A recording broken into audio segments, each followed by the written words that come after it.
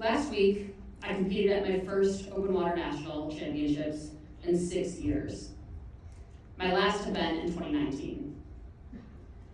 This race was the 10-year anniversary since my last win at national championships. I wanted to make the national team again, which would require getting top 6 in the 10K. A very ambitious goal for me, because I had only been training for 5 months after a 5-year break. I knew that some people were wondering what I was doing there after such a long time. Someone even told me, to my face, that I wasn't going to be able to do it. I was chasing an improbable dream, a challenge that was just a little beyond what I thought I was capable of.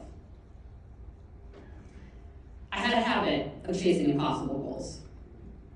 When I was 13, I asked my parents if I could move away from home in Chicago to go train in Florida because I wanted to make the Olympic team at 14.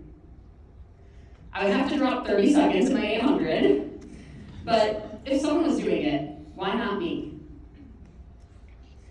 After a year and a half of hard training, it was go time.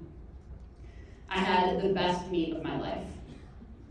The first day, I got 5th in the 400 IM. The next day, I was 6th in the 400 free. Then I was 10th in the 200 fly. It was all coming down to the 800 freestyle, the event that I had the best shot at making the Olympic team in.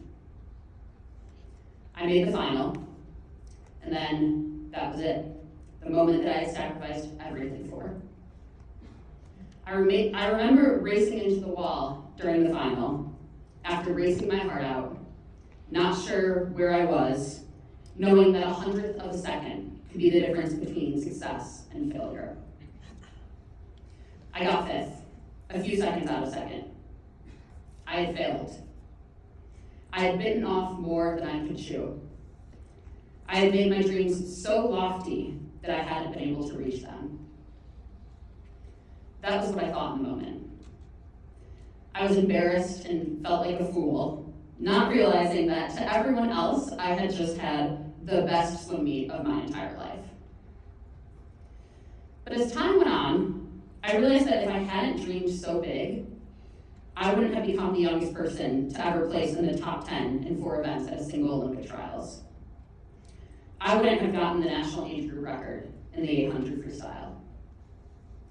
I might not have even gone to Olympic trials in the first place. And I loved the challenge, the idea of going after something so lofty that I was going to have to find my best self to get there. A fear of failure is what stops people from chasing the impossible. I found that when I'm absolutely certain that I can do something, doing it isn't gratifying. It's the things that are just a little too ambitious, the ones that you're not quite sure whether or not you can really reach, that are meaningful. Even when you don't achieve them, the failure teaches you more than living in the comfort zone ever could. As I was getting ready to retire 5 years ago, I wanted to test myself against the impossible one more time. The last thing I did before my comeback was a 40-mile channel swim in Hawaii, a triangle between the islands of Maui, Molokai, Lanai, and then Maui again. The day before, I was getting anxious about the swim.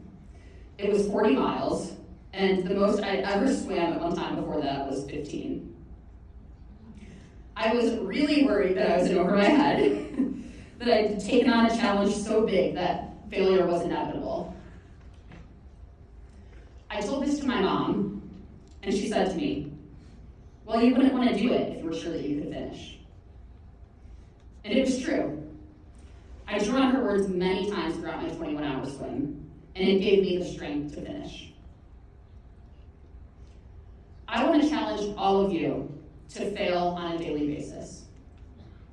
Take on practices fearlessly. Go out fast, see how long you can hold on. Try to take a half second off your pace times. A few months ago, I did a set of 100, a 200, and a 300. The goal was to double the time of the 100 for the 200, and then triple it for the 300. Rather than swimming the 100 at a pace that I knew I could hold for a 300, I decided to go max effort.